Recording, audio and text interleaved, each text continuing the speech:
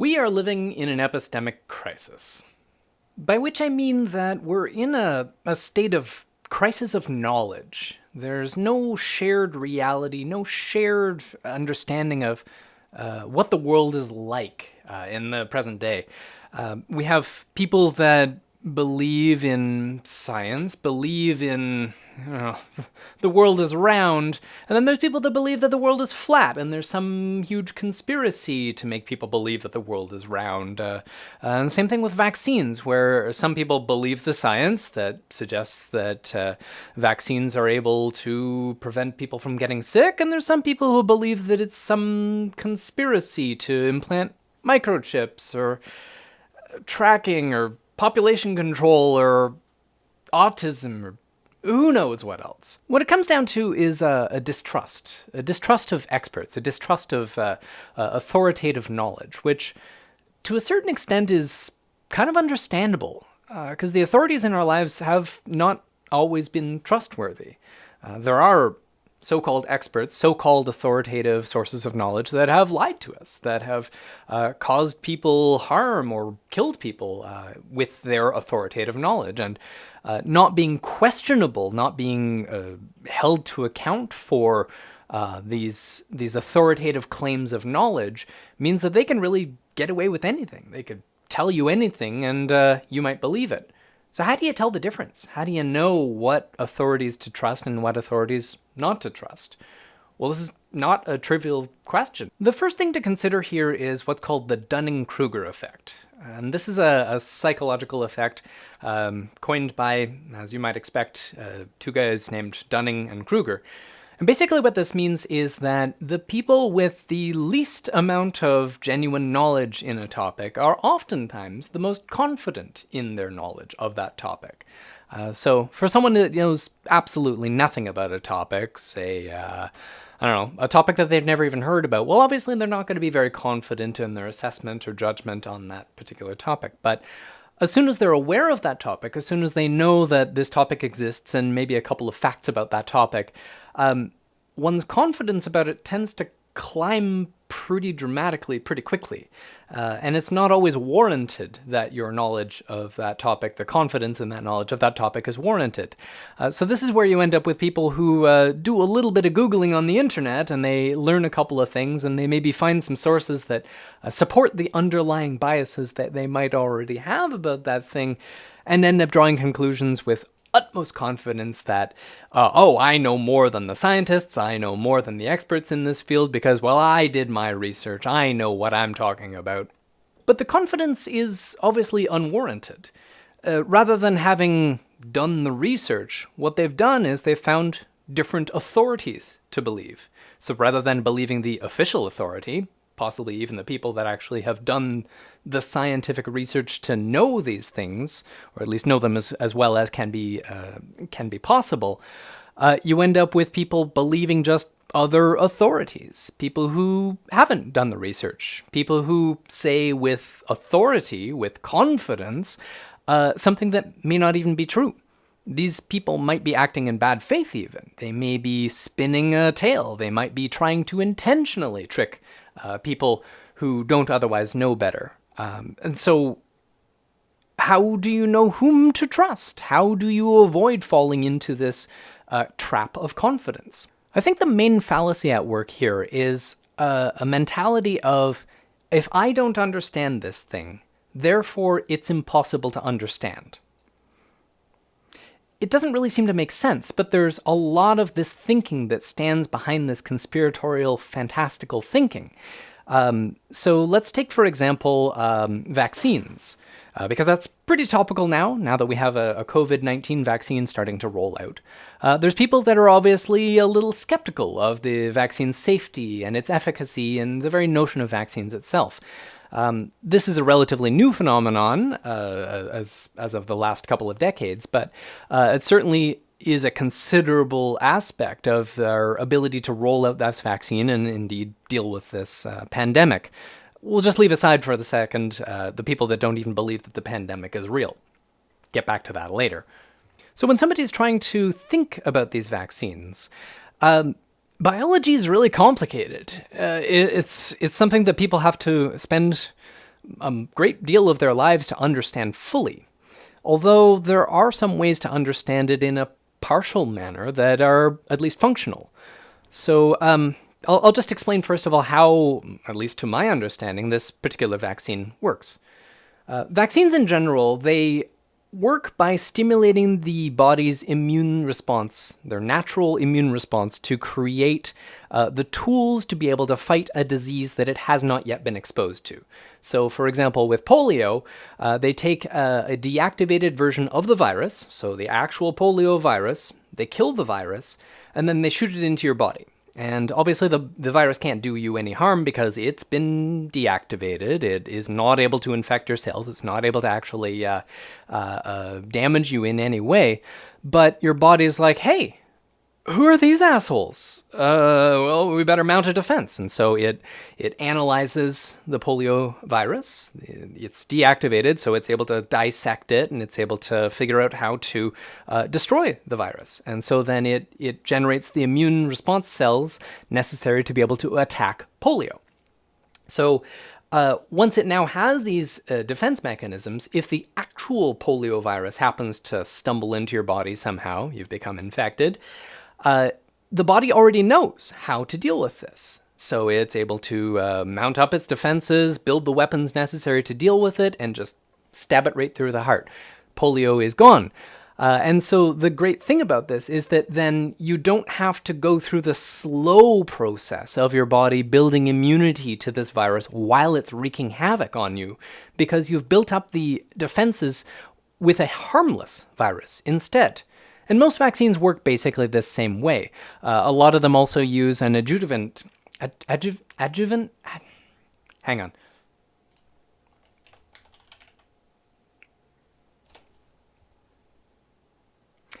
Adjuvant.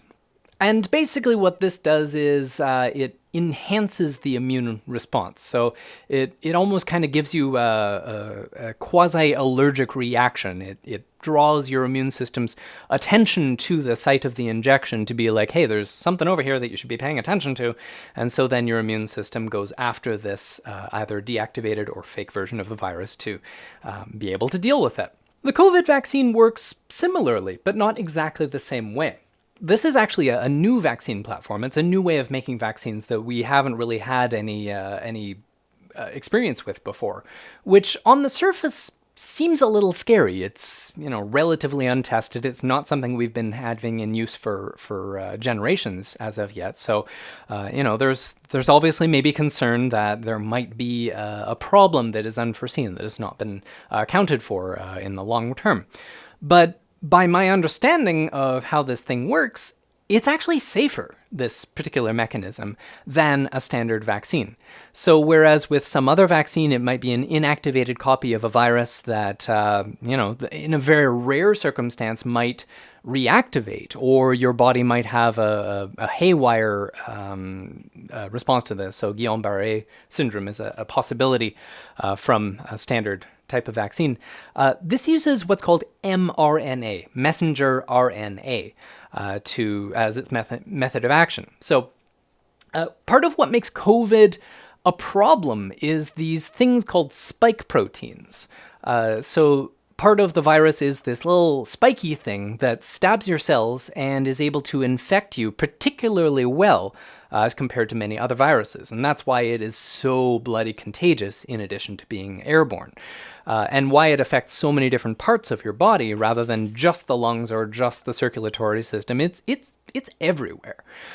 So with this spike protein attached to it, it's able to infect so many cells.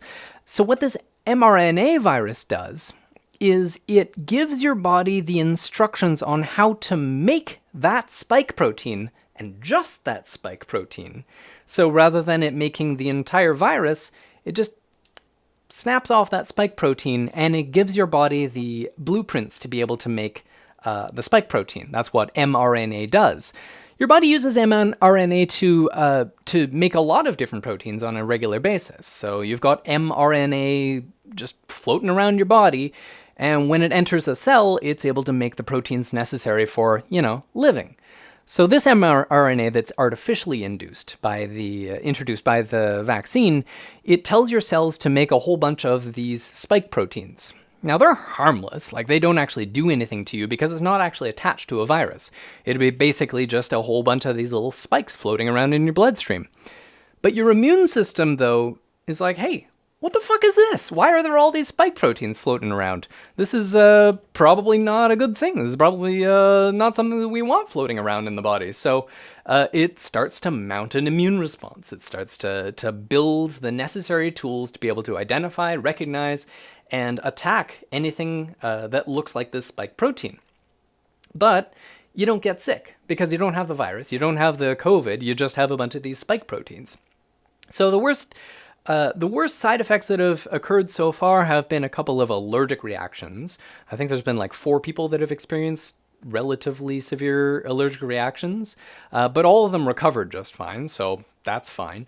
And other people end up with just like a swollen arm or like a headache or something like that. So basically the same sort of response you'd get if you developed a very mild flu or if you've received a vaccination for the flu or something else like that.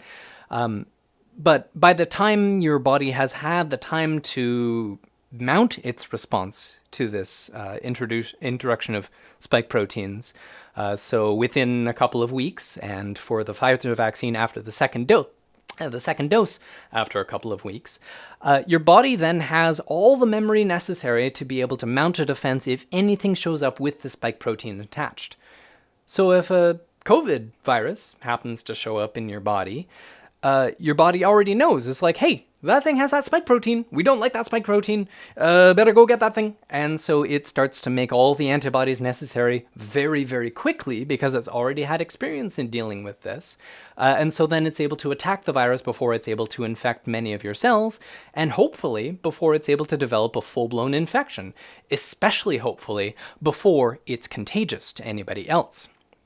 So the great part about this is that since there's no virus involved, the virus hasn't even touched this vaccine in any way. It's just a transcription of the mRNA code from the virus that tells it how to make the spike proteins. So in many ways, unless there's something that I'm completely misunderstanding here, it's actually much safer than a standard vaccine. Ergo, there's no problem with this, likely no problem with this, and the minor reactions that have been experienced so far have been completely recoverable from. But as you might expect, that hasn't stopped anybody from being concerned about this vaccine. For the people that don't believe that the virus is a real thing in the first place, some people don't even believe in germ theory at all, they suspect that there is a nefarious reason for introducing this vaccine, whether it be like population control or inserting a tracking microchip or something like that. Now, I don't want to dismiss these concerns out of hand, because making fun of people for their non-standard beliefs just tends to make them defensive, tends to turn them off to this. So if you are one of these folks that does not believe that this vaccine is for good purposes, then I'm not making fun of you. I'm really trying not to. But I do want to understand, and I do want to try and explain to you why it is that your concerns are unfounded. For one, the whole microchip thing doesn't really make all that much sense, like pragmatically.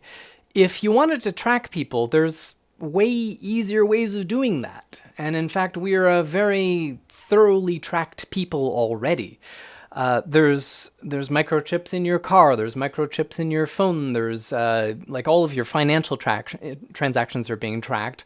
All that information that you enter into the internet is being shared with other entities, and probably the government or any other corporate entity has access to basically anything that they want to know about you. Inserting a microchip into you to track you wouldn't even be very effective either. The human body is made mostly of salty water, and the salty water is extremely good at blocking radio frequency transmissions. So for like a pet tracking chip, if you wanted to track down your lost pet, the tracking chip is implanted like right here. And in order to read the thing, you would actually have to put the reader like within inches of your pet's tracking chip to even be able to read the thing. Being able to read it from orbit or even from a cell phone tower or something like that is just totally unrealistic. The technology is not good enough, and it probably never will be good enough. There'd have to be some other way of doing that form of tracking. And I could think of a couple of ways, but I don't see why anyone would want to do that. Now, if it's population control, if it's like trying to render people sterile or something like that, I really honestly don't see why that would be the thing. And also there are many easier ways of going around that as well. And this is sort of the same thing with chemtrails, because a lot of the same accusations have been made about, the contrails that planes make in the sky above. They're basically just water vapor that have condensed on the soot from the exhaust. But people think that the planes are like intentionally spraying some sort of mystery chemical to, I don't know, population control or mind numbing or blah, blah, blah. But there are many better ways of accomplishing any of those nefarious things. Like if I'm an evil genius, that is the most inefficient, least effective way possible of accomplishing any of those accusative, nefarious schemes. I would probably be more apt to poison the water supply or the food supply or, even just spraying a chemical agent at a lower altitude might make more sense. And there's no evidence that any of these things are occurring. The human population just keeps going up and up and up, so clearly the population control theory is not the case. Mind control, well, there's much better ways of going about that. The social media algorithm, for example, creating these bubbles, is far more effective. Ooh, good segue. This leads us into an understanding of where these alternative epistemologies come from. They're systems of knowledge that are generated by alternative authorities because we live in different worlds. Your social media bubble is not just a bubble of your friends and the media you consume. There's an epistemological system, a system of knowledge that's attached to that. When I scroll through my social media feeds, it's mostly like leftist politics and cute cats and things like that, and some liberal-related politics as well. If I talk to somebody who is conservative by nature and I look at their social media feed, it's totally different. There's completely different content, completely different sources of information, whereas I might get information from CBC or, some niche leftist news sources.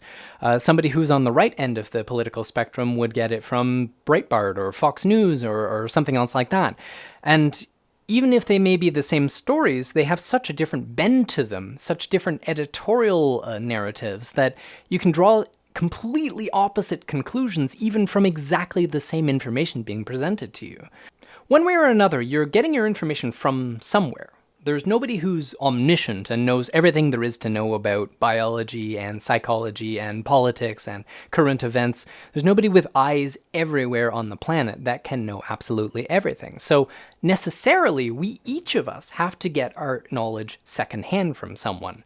A lot of this comes from education. When we're at school, we learn a lot about the world and a lot about the way things are by listening to these authorities, i.e. teachers, and also through the news, people who are speaking from behind a news desk on a media platform. We tend to trust them in terms of what they're telling us about the world. This isn't always a good idea, I'll give you that, because sometimes you are indeed being lied to, and in fact a great amount of the time you are being lied to. The mainstream media is portraying a version of the world that serves the status quo, that maintains the way things are without any massive changes, because it's beneficial to the people who are conveying that message for nothing really to fundamentally change. But on the other hand, there are people that are peddling utter nonsense.